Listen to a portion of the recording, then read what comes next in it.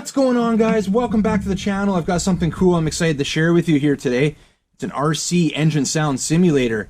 This one's made by AMO Racing, and I first saw this on the Perth West Oz channel being reviewed, and I figured that's cool. I'm going to grab one for myself. So we're going to take a look at it here on my channel. We'll show you what I'm installing it in, which is the MN90 here. And we'll take a little look at it and kind of just go through it together. What we have here is a module, 2 speakers. It also comes with a 1 speaker model. The price difference is a couple bucks, so if you have an RC large enough, I suggest maybe getting the 2 speaker model. And on the control module here, you have a dial which controls your volume, and you have a little selection button here to kind of run through the different sounds. Now they've got trucks, V8s, diesels, all kinds. So we've got 10 different sounds preloaded into this. The nice thing about this is it has a memory chip in it. So whatever your selection is, your last selection, it's going to remember that, and you're not going to have to scroll through each time you turn the RC on, which is nice. So you just set it the way you want it, and that's the way it's going to stay. It comes with a little splitter here. This will go into your channel 2, into your throttle, and then that will go, you'll plug your channel 2, your ESC wire into there, and then the control module for the sound simulator, the engine simulator, into the other side.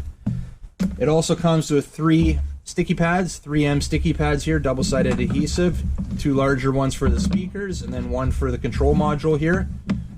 I have to figure out how I'm going to install it, but like I said, we're going to put in the MN90. Now, if you know the way I do things, I don't like things being all kind of like visible and kind of, you know, some guys might just do that. Well, that's not good enough for me. I have to make it look clean, look neat, take some time. So we'll take a look at it together. What I'm going to do right now is I'm going to pull the MN90 apart. We'll come back to the video and we'll go through my install on this together. So stay tuned. Alright guys, we've got the canopy off here. We're ready to install. I did test this and I have an issue. I'm going to show you how I was going to install this. I'm not going to use the double-sided tape here because you're going to see the issue I'm having, and maybe you can solve this for me. I'm not sure. Anyways, I put the little splitter in already because my receiver is down, way down in the passenger floorboard there. That's where my receiver is. So I put the splitter in there. That's fine. We got the other end hanging out here. We've already taken everything that I had in here out. I've got some connectors hanging out because LEDs on the top here with the JST, and then I run all that. All my LEDs on this thing are run off of a 1S battery that was also mounted in the bed here. We took that out.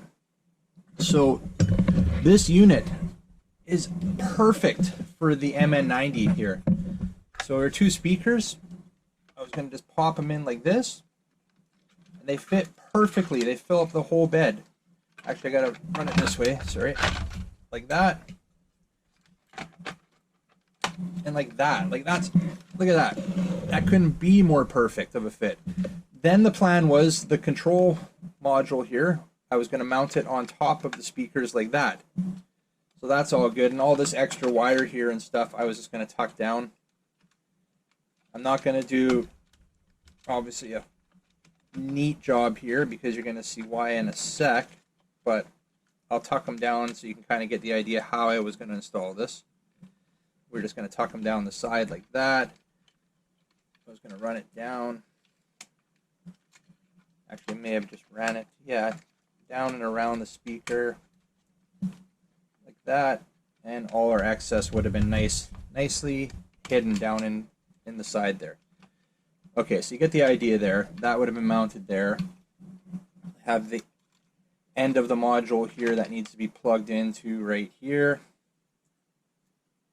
Like so. Okay, that's plugged in. We're good to go. Everything would have been down with double-sided tape. Double-sided tape there. I would have had access to the volume and the selection button through the canopy there. So that's all cool. I'll throw the canopy on in a sec. We don't really need to at the moment. Got the battery hooked up. Now this part's cool. Like, this works great. Get those lights so they're not distracting us. So And that's on low. The volume does go considerably higher, but I don't think it's necessary. If anything, I'd actually like it if it was a bit quieter. And we can do our selections.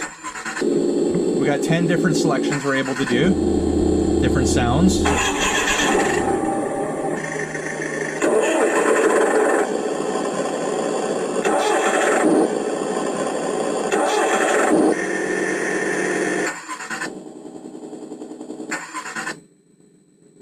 So it's a nice variety of engine sounds there.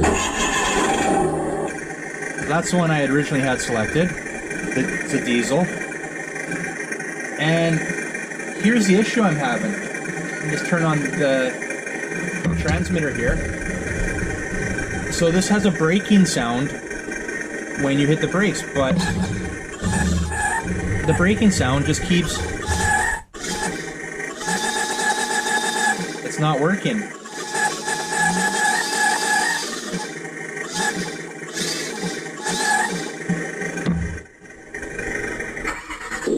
Try a different one.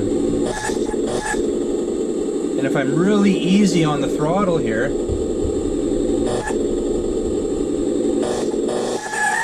but then it's that screeching braking sound.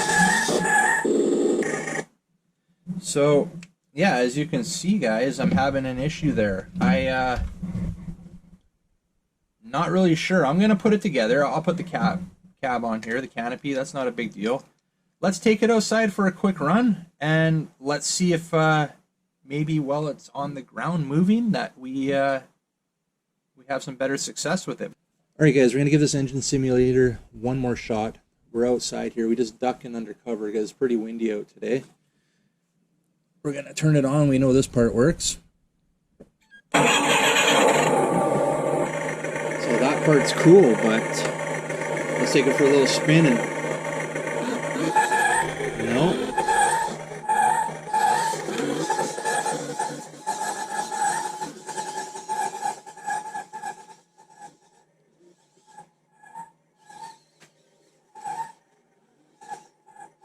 Definitely not going to work out.